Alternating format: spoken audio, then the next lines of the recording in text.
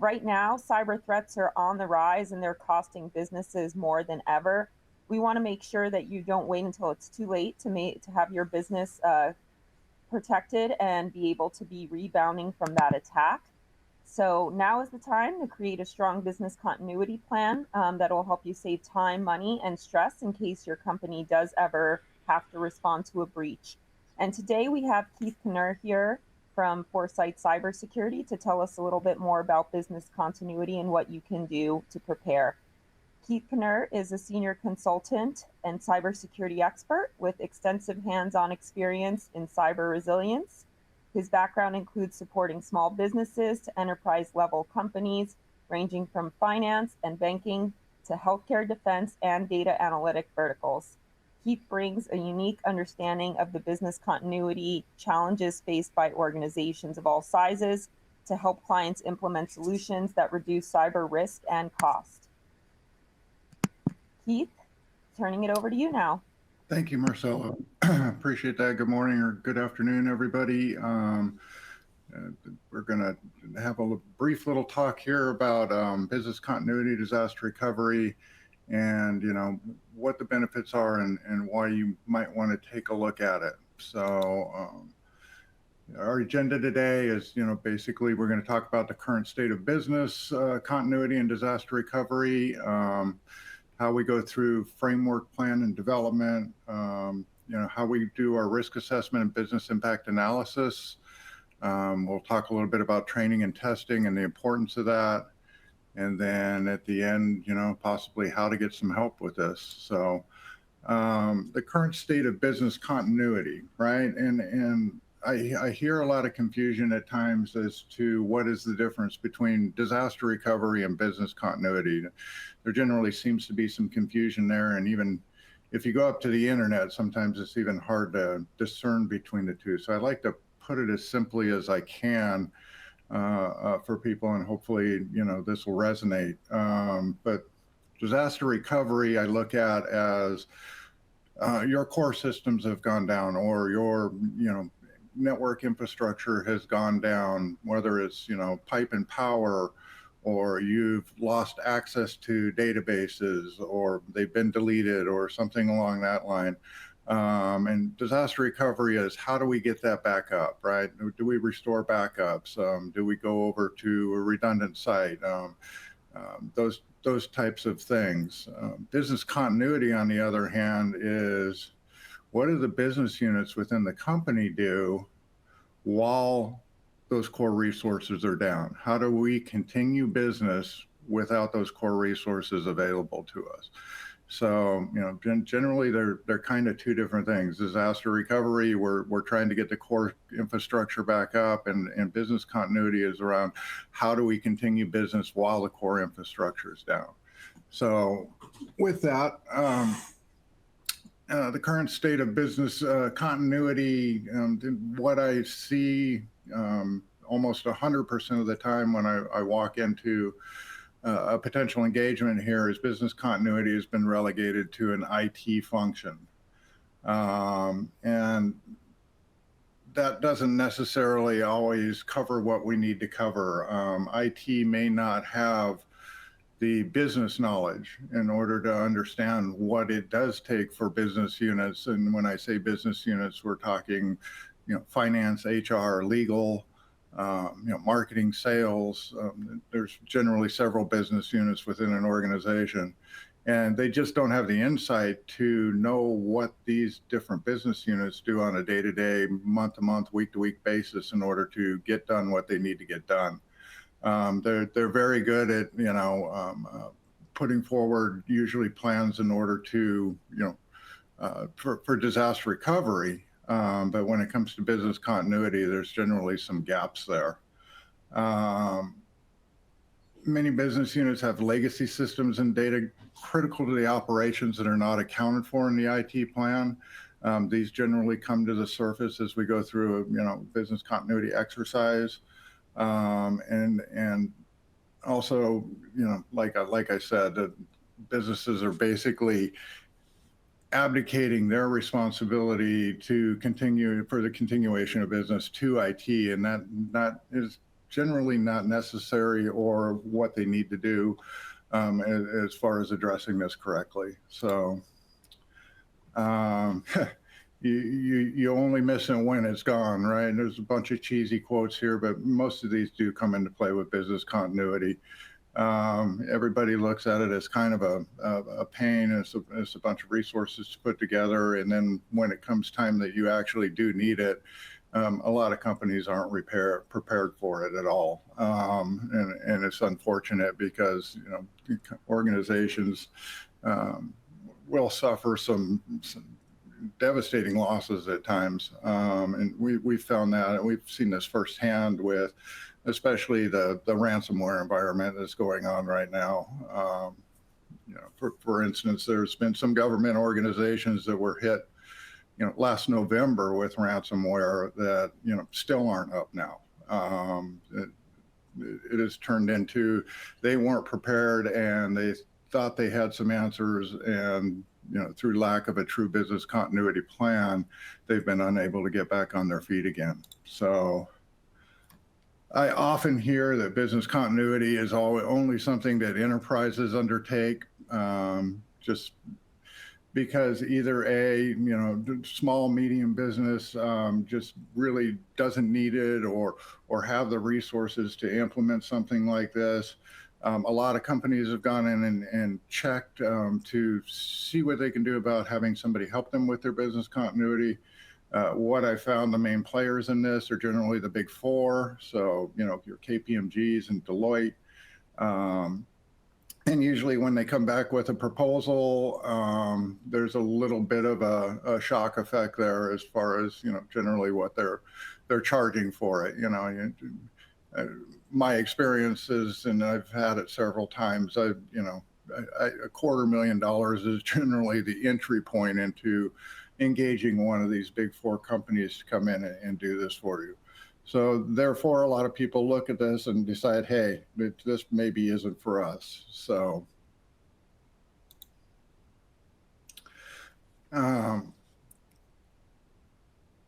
the implementation of a business continuity framework and a business continuity management system does take several steps, and it is kind of resource intensive, especially to set it up. We go through, the steps that are outlined here in front of us, and we have a toolkit that, we've developed a toolkit that helps facilitate this and make this move smoothly.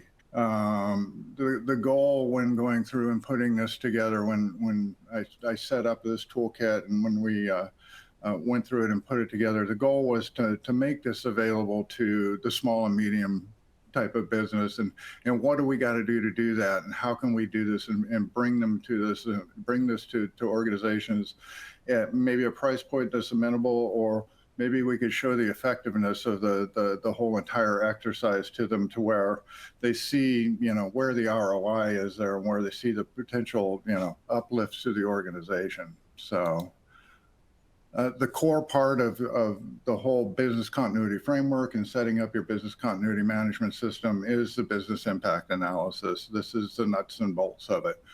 A business impact analysis is an exercise that we undertake with every business unit within the organization. And like I said, the business units would be finance, and sometimes we cut finance up into accounts payable, accounts receivable, payroll, tax. Just depends on the size of the organization. But as we go through the business impact analysis, we step through what a business unit needs to do to facilitate their business functions and their business processes. So what is it you guys do? When do you do it? And how do you do it? And we walk through them step by step by step. One of the benefits of a business impact analysis is this is where the cream rises to the top, for instance, of finding those areas that IT may not be aware of. And maybe IT just doesn't have enough knowledge of the business unit or the business process itself and the functions that they do in order to ask the correct questions. So we've tried to put this together to where this is more intuitive And like I said, the cream rises to the top. This is where we get visibility into aspects such as shadow IT, right? This is where we do find the stuff that is hidden. Somebody has a server sitting underneath their desk that they have an old Access database on that, they run the monthlies through in order to identify, perhaps what taxes they need to pay or what bonuses they're giving or whatever the case may be. I dealt with one company at one time where, as we were going through this exercise, sales had actually had a person who had gone in and done some VB scripting. This organization was reliant on getting bids in and RFPs in for large organizations, Fortune 100 organizations, and these were posted on the web. They were posted over short time frames. You sort of either got them or you didn't. And, they made a lion's share of their money for the business of getting in and bidding on these jobs and capturing these jobs. Well, a person in sales had gone up and put some VB scripting up there in order to screen scrape these bid sites and massage the data and put it into their back-end bid system, right? By the time we went through the business impact analysis, this person was no longer at the company. Somebody just said, hey, Bob did this. We know he did it. And we hunted it down, and it was sitting on what IT relegated or considered as a non-critical server.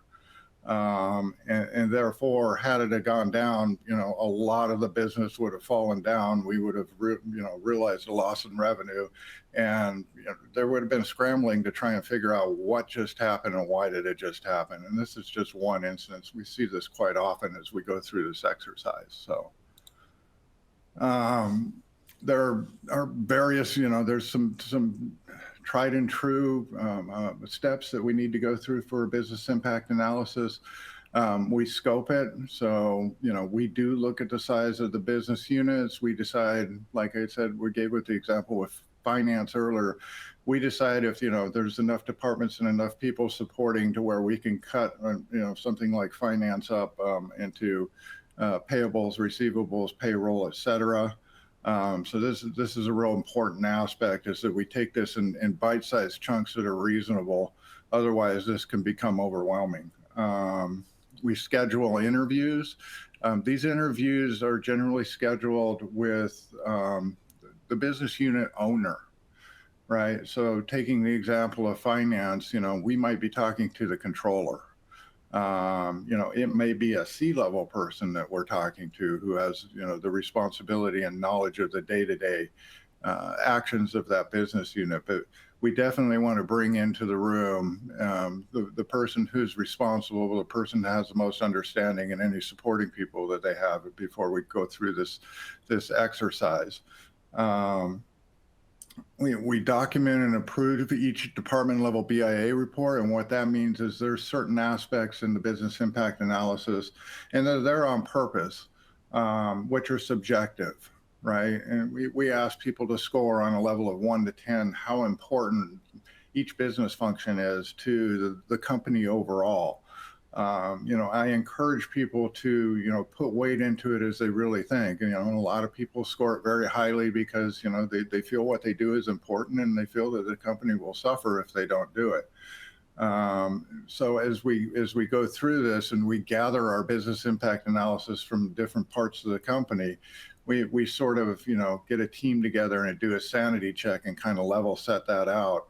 And really deem where we think the importance of certain functions are, so that we can appropriately address that for business continuity and disaster recovery. So, and then once we get done with the assessment, we pull them all together and we find out where they dovetail. We find out where there's supporting upstream and downstream steps that might intertwine with each other. And, often we find there's software applications and there's, processes and that, several business units will utilize. And it may have a different value to each of them. For instance, sales and marketing or legal, might have a really high need to have their email going, where people on the factory floor may not need email so much in order to, for the continuation of business, right? So we find that high water mark and we address that. The business impact analysis outcomes, basically what we end up after going through all these steps is we have a very large report that goes through and analyzes step by step every process, every function in the business, where all the dependencies are, and where our largest risk is, where our points of failure, single points of failure might be, what applications we got to pay the most attention to, those type of things. This stuff all rises to the top through this process, and then now we're looking at everything that the business does and how important it is to the business, and it's all under one pane of glass.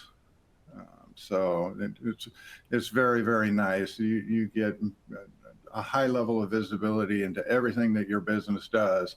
And now you have an understanding of what they're utilizing, what tools they're utilizing, what resources and processes and people they're utilizing in order to keep doing their day-to-day jobs.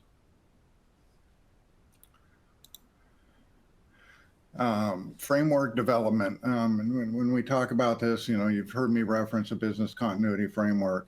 The business continuity plans aren't the only thing that are within the framework, and the disaster recovery plan isn't also. We have other aspects of it. We run a risk assessment, and when I say a risk assessment, think of a physical risk assessment or something along that line. Is your office sitting on top of a fault line? What is your risk of earthquake? Are you sitting next to the railroad tracks or at the end of a runway? What are the possibilities that might happen? Is one of your divisions in an area where there might be civil unrest? So, for instance, one company I worked with had 2 divisions in the Ukraine, and obviously those aren't doing so well right now, right? So these are the things we look at through that risk assessment, and we utilize that and other stuff, right? There's policies that are brought into place in order to align the framework up. Also, you're talking about your emergency response plans, your incident response plans. There's several, your crisis communication plans. There's several other plans that weave into this. So. Future stating the BCM. The reason I have this slide in here is I really want to bring home the fact that in order to be successful, at least from my experience and what I have seen, and I can give you some of the things I've seen when this isn't the case, but I see it as executive approval is vital for this to be successful. This isn't something that, generally in order to do this and get the full benefit out of it, that maybe an IT department or something can take on. There needs to be consensus throughout the company and executive approval behind this, because the one thing that I've seen is as we start going through the BIA process, especially, you're bringing the leaders of all the different business units to the table and asking them to spend time, and it's a substantial amount of time. It could be 4 hours, it could be 8 hours to get through their business impact analysis. It's a lot of time, and they all have day-to-day stuff they need to do.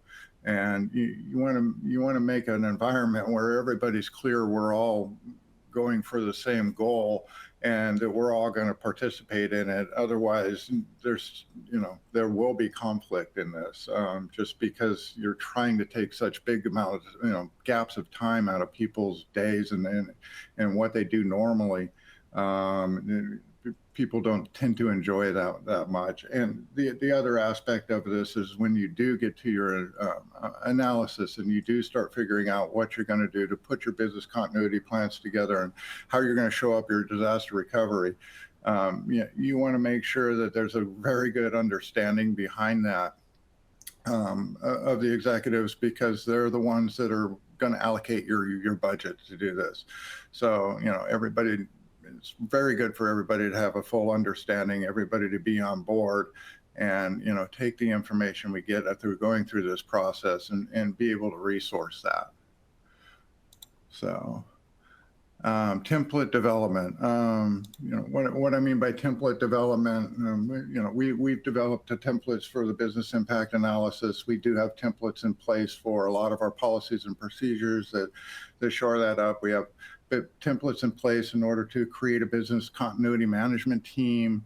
All of that stuff is existing in the toolkit we've developed.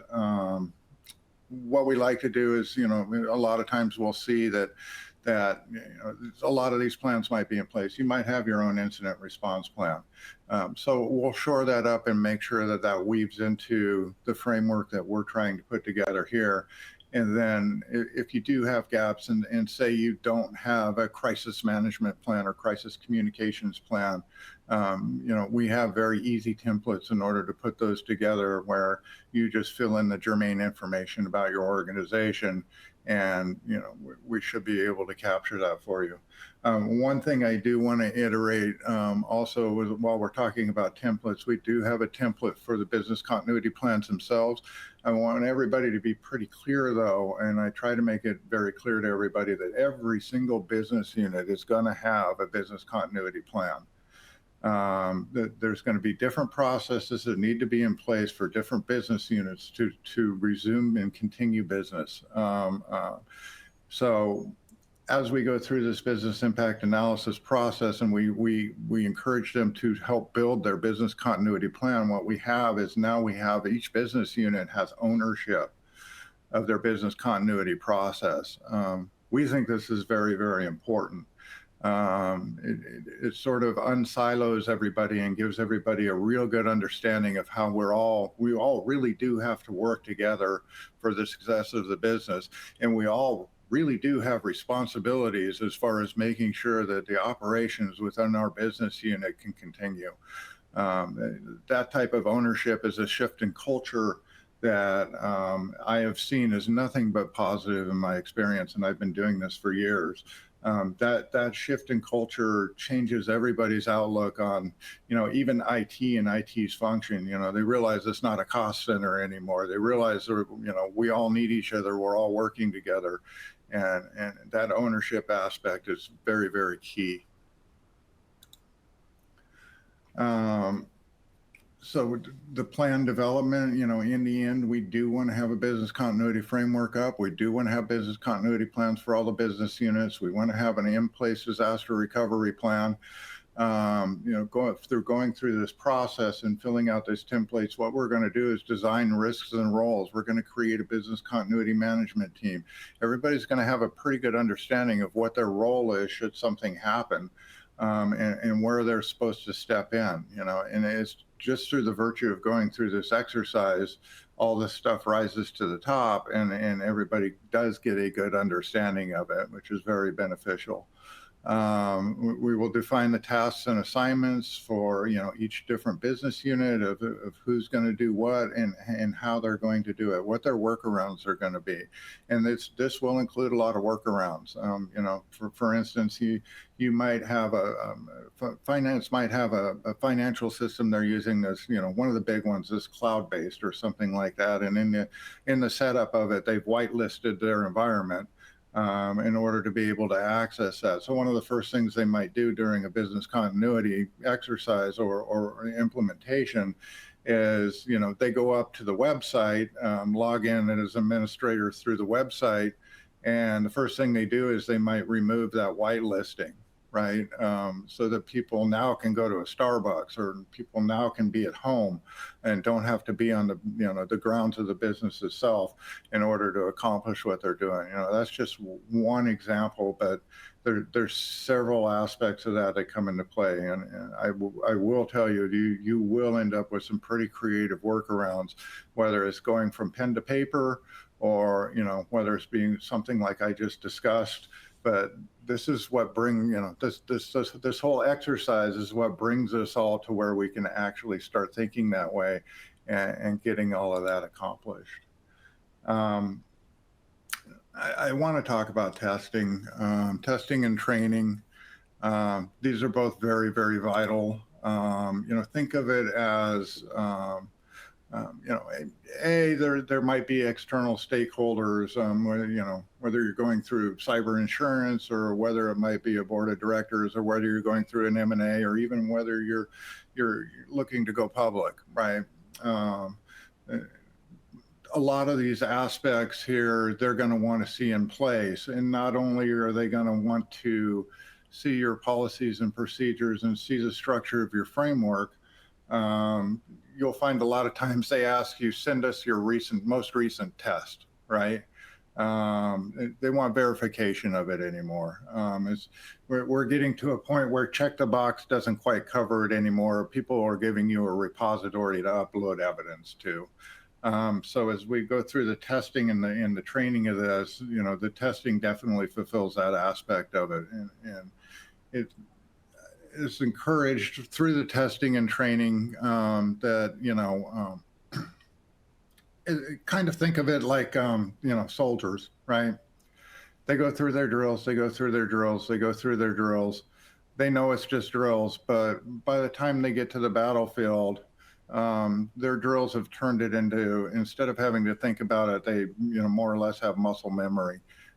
Think of that as the same thing as testing through business continuity exercise. It's a drill, it's a drill, it's a drill, but boy, when something happens, everybody knows where to scramble, everybody knows where to go, everybody knows what to do. Train your people, along with testing, and both of these at least should be on an annual cadence, testing and training. Training is very, very important. It is just not a thing you do once and move on with. Your environment is ever changing, your risks are ever changing, your resources are ever changing. People come and go. Your responsible parties through your business units are going to change through promotions and attrition. So we want to make sure that we're continuing along with the testing. This is the other aspect of the drilling, right? We want to make sure we're continuing to train our people also. So when we get into testing, we develop scenarios. There's several ways to set them up, but basically we do have low-hanging fruit for going through this exercise, even if it's just our risk assessment that we go through. We can think up scenarios relatively quickly if one of our offices is sitting next to a runway or something like that, and we can go through the scenario of what would happen if a plane crashed and stuff like that. So there's lots of low-hanging fruit there. This doesn't have to be difficult. Just by virtue of going through this exercise here, we should have lots of pickings, and we want to revolve them and try and encapsulate as much as we can. So the last aspect I want to get to here is monitor and maintain. This is not a fire and forget type of exercise. And then I realize I'm getting close to time here. I apologize. But I do want to bring it to the top here that this is a living process. There's a continuation. You'll want to go through your BIAs every year. You'll want to go through and shore up your documentation at least on a yearly basis. But the nice thing is the toolkit that we've developed here is basically a teach you how to fish toolkit. You're not going to need to bring in resources year after year after year to do this. Once we go through this exercise, you should have everything in hand in order to handle this yourself. If you want to handle this yourself, you'll have all the tools that you need in order to keep this going and keep this living. So speaking of teaching you how to fish, like I said, we do have a toolkit in place that can teach you how to fish. If you're interested in it, we can definitely enlighten you on that. But thanks so much, everyone, for joining us today. If you want to learn more about Foresite's business continuity services, please feel free to reach out to us on the contact link. Have a great day, everyone, and thanks so much for joining us.